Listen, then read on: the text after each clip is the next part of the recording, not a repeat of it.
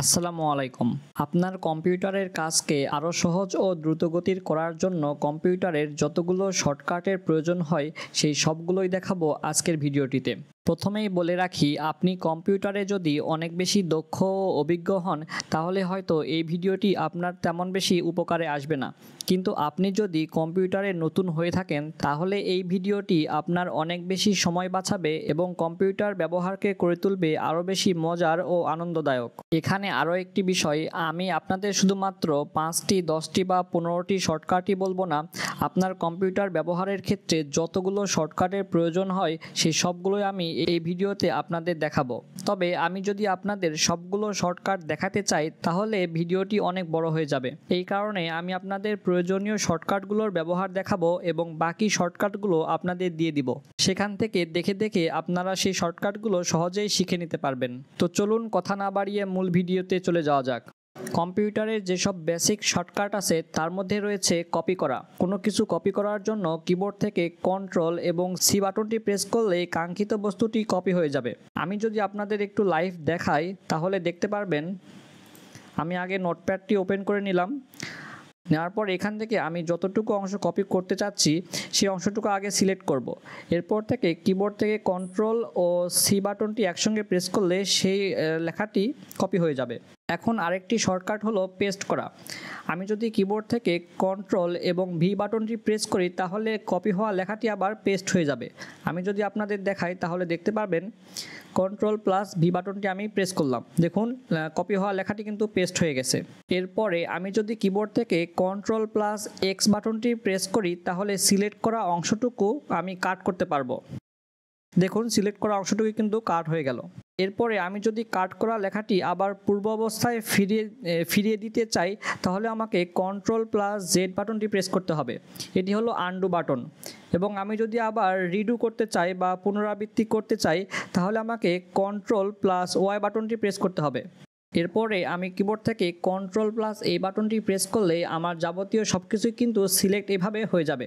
এরপরে রয়েছে সেভ। এখন আমি কিবোর্ড থেকে যদি কন্ট্রোল বাটনটি প্রেস করে ধরে রেখে এস বাটনটি প্রেস করি তাহলে কিন্তু এইরকমভাবে লেখাটি সেভ হওয়ার অপশান চলে আসবে। এরকমভাবে আপনি যে কোনো কিছু কিন্তু সেভ করতে পারবেন। আবার আপনি কিবোর্ড থেকে কন্ট্রোল প্লাস পি বাটনটি যদি প্রেস করেন তাহলে কিন্তু আপনি যে কোনো কিছু প্রিন্ট করতে পারবেন। কন্ট্রোল প্লাস পি বাটনটি প্রেস করলে আপনার কিন্তু প্রিন্টের অপশানটি চলে আসবে। এগুলো হলো কম্পিউটারের সাধারণ শর্টকাট। এখন যদি আমি উইন্ডোজ নেভিগেশন শর্টকাটের দিকে আসি তাহলে এখানে যেসব শর্টকাটগুলো রয়েছে সেগুলোর মধ্যে রয়েছে হলো অল্টার ও ট্যাব বাটন। অল্টার এবং ট্যাব বাটনটি প্রেস করে ধরে রাখলে এখানে খোলা সবগুলো উইন্ডো দেখতে পাবো। এখান থেকে কিন্তু আমি চাইলে যে কোনো উইন্ডোতে শিফট করতে পারবো। কোনো খোলা উইন্ডো বন্ধ বা আবার ওপেন করার জন্য উইন্ডোজ বাটন এবং ডি বাটনটি একসঙ্গে প্রেস করতে হবে। এরপরে আমি যদি কম্পিউটারটি লক করতে চাই তাহলে উইন্ডো কি এবং এল বাটনটি প্রেস করলে কিন্তু আমার কম্পিউটারটি লক হয়ে যাবে। এরপরে আরও একটি মজার শর্টকাট রয়েছে, সেটি হলো উইন্ডো বাটন এবং ই বাটন প্রেস করা। তাহলে কিন্তু আমার ফাইল এক্সপ্লোরারটি ওপেন হয়ে যাবে। আবার আমি উইন্ডো বাটন প্লাস আর বাটনটি প্রেস করলে রান ডার্ক বক্সটি ওপেন করতে পারবো।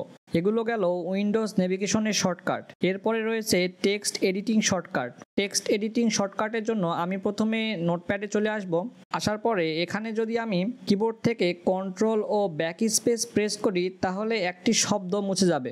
আবার যদি কন্ট্রোল প্লাস ডিলিট অপশনটি ক্লিক করি তাহলে পরের একটি করে শব্দ এখান থেকে মুছে যাবে। এখন যদি আমরা ব্রাউজিং শর্টকাটের দিকে লক্ষ্য করি তাহলে দেখতে পাবো এখানেও বেশ কিছু শর্টকাট রয়েছে। এর জন্য আমি একটি ব্রাউজারে চলে আসার পরে এখান থেকে যদি আমি কন্ট্রোল বাটন এবং টি বাটনটি প্রেস করি তাহলেই কিন্তু ব্রাউজারে দেখুন নতুন একটি ট্যাব ওপেন হয়েছে এবং এখান থেকে কন্ট্রোল প্লাস ডব্লিউ বাটনে প্রেস করলে বর্তমানে ওপেন হয়ে থাকা ট্যাবটি কিন্তু বন্ধ হয়ে যাবে। এরপরে আমি যদি চাই বন্ধ হওয়া ট্যাবটি আবার পুনরায় খুলতে তাহলে আমাকে কন্ট্রোল শিফট এবং টি বাটনে প্রেস করলেই হবে। তাহলে রিসেন্ট আমি যে ট্যাবটি বন্ধ করেছিলাম সেই ট্যাবটি আবার খুলে যাবে। এবং এখান থেকে আপনি যদি অ্যাড্রেস বারে কার্সর আনতে চান তাহলে আপনাকে কন্ট্রোল প্লাস এল বাটনটি প্রেস করতে হবে। এরপরে রয়েছে ডায়ালগ বক্স শর্টকাট। এরকমভাবে আপনি যে কোনো একটি ব্রাউজারে বা অন্য কোনো অ্যাপ্লিকেশনের ভিতরে প্রবেশ করার পরে ট্যাব বাটনে যদি প্রেস করেন তাহলে কিন্তু আপনি প্রত্যেকবার প্রেস করার সঙ্গে সঙ্গে পরবর্তী ফিল্ডে যেতে পারবেন। আপনি এখানে খেয়াল করলে দেখতে পারবেন আমি প্রত্যেকবারে ট্যাব বাটনটি প্রেস করার সঙ্গে সঙ্গে কিন্তু পরবর্তী ফিল্ডে চলে যাচ্ছি। আবার পূর্ববর্তী ফিল্ডে ব্যাক করার জন্য শিফট এবং ট্যাব বাটনটি প্রেস করতে হবে, তাহলে কিন্তু আবার পূর্ববর্তী ফিল্ডে ব্যাক করতে পারবো। এবং কোনো একটি নির্বাচিত সাবজেক্টে প্রবেশ করার জন্য ইন্টার বাটনে প্রেস করলে কিন্তু সেই সাবজেক্টে আপনি প্রবেশ করতে পারবেন। এরপরে রয়েছে উইন্ডোজ কি শর্টকাট। উইন্ডোজ কি প্লাস আই বাটনটি যদি একসঙ্গে প্রেস করি তাহলে কিন্তু আমার সেটিংস অ্যাপটি ওপেন হবে। আবার এখান থেকে উইন্ডোজ কি এবং এ কি একসঙ্গে যদি প্রেস করি তাহলে কিন্তু এখান থেকে আমার যে অ্যাকশন সেন্টার সেটি কিন্তু এখানে ওপেন হয়ে যাবে। এবং আমি এখান থেকে উইন্ডোজ কি ও এস কি প্রেস করে সার্চ বক্সটিও ওপেন করতে পারবো। এবং উইন্ডোজ কি প্লাস এক্স কি যদি আমি প্রেস করি তাহলে এখান থেকে আমি পাওয়ার ইউজার মেনুটি খুলতে পারবো। এবং উইন্ডোজ কি ও ইউ বাটনে প্রেস করে এখান থেকে কিন্তু আমি এই অ্যাক্সেসিবিলিটি এই ফাংশনের ভিতরে ঢুকতে পারবো। এবং এখান থেকে উইন্ডোজ কি ও পজ ব্রেক এই কিটি প্রেস করলে কিন্তু সিস্টেম প্রপার্টি খুলতে পারবো। এবং এখান থেকে উইন্ডোজ কি এবং কোমা এই দুটি বাটন যদি প্রেস করি তাহলে কিন্তু দ্রুত আমি আবার ডেস্কটপটি দেখতে পাবো। এখন স্ক্রিনশটের ক্ষেত্রে বেশ কয়েকটি আবার শর্টকাট রয়েছে। এর জন্য আপনি উইন্ডোজ কি প্লাস PRTSC এই বাটনটি যদি প্রেস করেন তাহলে অটোমেটিক্যালি স্ক্রিনশটটি হয়ে যাবে এবং ফুল স্ক্রিনশটটি একটি ফোল্ডারে সেভ হয়ে যাবে। আর আপনি যদি উইন্ডোজ কি প্লাস শিফট কি প্লাস এস এই তিনটি বাটন প্রেস করেন তাহলে স্ক্রিনের একটি নির্দিষ্ট অংশের আপনি চাইলে স্ক্রিনশট নিতে পারবেন। এভাবে স্ক্রিনটি সিলেক্ট হবে। এখন আপনি এখান থেকে এভাবে মাউসের কার্সরটি টেনে ইচ্ছামতো যে কোনো অংশের স্ক্রিনশটটি নিতে পারবেন। এরপরে রয়েছে ভার্চুয়াল ডেস্কটপ শর্টকাট। উইন্ডোজ কি প্লাস কন্ট্রোল কি এবং ডি কি একসঙ্গে প্রেস করে নতুন ভার্চুয়াল ডেস্কটপ তৈরি করা যায়। এবং এখান থেকে উইন্ডোজ কি কন্ট্রোল কি ও রাইট অ্যারো বা লেফট অ্যারো এই কিগুলোতে প্রেস করে করে ভার্চুয়াল ডেস্কটপগুলোর মধ্যে সুইচ করা যায়। আবার আপনি যদি টাস্ক ম্যানেজারটি সরাসরি ওপেন করতে চান তাহলে এখান থেকে কন্ট্রোল কি শিফট কি এবং ESC এই কিগুলো প্রেস করতে হবে। আর আপনি যদি ফাইল এক্সপ্লোরারের মধ্যে এসে কন্ট্রোল কি এবং এন কি প্রেস করেন তাহলে নতুন একটি ফাইল এক্সপ্লোরার ওপেন হবে। আর নতুন ফোল্ডার তৈরি করার জন্য কন্ট্রোল শিফট ও এন কি একসঙ্গে প্রেস করতে হবে। আবার এখান থেকে অল্টার প্লাস লেফট অ্যারোতে ক্লিক করে পূর্ববর্তী ফোল্ডারে কিন্তু ফিরে যাওয়া যাবে। আবার অল্টার প্লাস আপ অ্যারোতে ক্লিক করে পূর্ববর্তী ডিরেক্টরিতেও যাওয়া যাবে। আর এখন আরও কিছু ইম্পর্টেন্ট শর্টকাটের কথা বলবো। এর জন্য আমি একটি ব্রাউজারে চলে আসলাম। আসার পরে এখান থেকে আমি যদি কন্ট্রোল ও এইচ বাটনটি একসঙ্গে প্রেস করি তাহলেই কিন্তু আমি এই ব্রাউজারের ব্রাউজিং হিস্টোরিগুলো দেখতে পাবো। এবং এখান থেকে control plus J button press করলে এই ব্রাউজার দিয়ে ডাউনলোড করা সব কিছুই আমি দেখতে পাবো। এখন যদি আমি আপনাদের অ্যাপ্লিকেশন উইন্ডো পরিচালনার কিছু শর্টকাটের কথা বলি তাহলে প্রথমেই আসবে উইন্ডো কি প্লাস আপ অ্যারো এই বাটনটি। এই দুটি বাটন প্রেস করলে আমি উইন্ডো ম্যাক্সিমাইজ করতে পারবো। একই রকমভাবে আমি যদি উইন্ডো কি ও ডাউন অ্যারো ক্লিক করি তাহলে কিন্তু উইন্ডো আমি মিনিমাইজ করতে পারবো। আবার এখান থেকে উইন্ডো কি ও লেফট অ্যারোতে ক্লিক করলে আমি উইন্ডোকে স্ক্রিনের বাম দিকে নিতে পারবো। আর একই রকমভাবে আমি যদি ডান দিকে নিতে চাই তাহলে আমাকে উইন্ডো কি এবং রাইট অ্যারোতে ক্লিক করতে হবে। আর আপনার যদি একাধিক মনিটর থেকে থাকে তাহলে উইন্ডো কি শিফট কি এবং লেফট রাইট এই দুটি কি ব্যবহার করে আপনি উইন্ডোকে এক মনিটর থেকে অন্য মনিটরে সরাতে পারবেন। এখানে আরও একটি মজার শর্টকাট রয়েছে, সেটি হলো উইন্ডো কি প্লাস এম।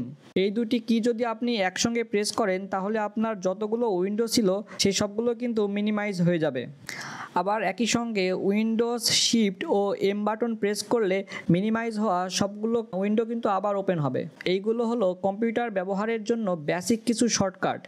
এইরকমভাবে কম্পিউটার ব্যবহারের জন্য অনেক শর্টকাট রয়েছে। প্রত্যেকটি অ্যাপ্লিকেশন ইউজ করার জন্য আবার আলাদা আলাদা শর্টকাট রয়েছে, কিন্তু এতগুলো শর্টকাট আমার এই ছোট্ট ভিডিওর মাধ্যমে দেখানো পসিবল না। এই কারণে আপনাদের সুবিধার্থে আমি যতগুলো কম্পিউটারের শর্টকাট রয়েছে সবগুলোর একটি PDF ফাইল বানিয়েছি। এই PDF ফাইলটি আপনি আমাদের ফেসবুক পেজের এই ভিডিও ডেসক্রিপশানে দেওয়া লিঙ্ক থেকে ডাউনলোড করতে পারবেন। ইউটিউব মনিটাইজেশন পলিসির জন্য আমি এই লিঙ্কটি ইউটিউবের ভিডিও ডেসক্রিপশানে দিতে পারলাম না। আপনারা যদি কম্পিউটারের এই সবগুলো শর্টকাট ব্যবহার করতে চান এবং ব্যবহার করে আপনারা যদি আপনাদের কম্পিউটার ব্যবহারের এক্সপিরিয়েন্স আরও সুন্দর ও সময় সাশ্রয়ী করতে চান, তাহলে অবশ্যই কিন্তু এই শর্টকাটগুলো ডাউনলোড করে আপনারা প্র্যাকটিস করতে পারেন। তো এইটাই ছিল আজকের ভিডিও। আরও কোনো কিছু জানার থাকলে এই ভিডিওর কমেন্ট বক্সে অবশ্যই জানাবেন। আর এই ভিডিওটি যদি আপনার ভালো লেগে থাকে তাহলে ভিডিওতে একটি লাইক করবেন এবং আমাদের এই চ্যানেলটি সাবস্ক্রাইব করে সাথেই থাকবেন। এতক্ষণ সাথে থাকার জন্য সবাইকে ধন্যবাদ।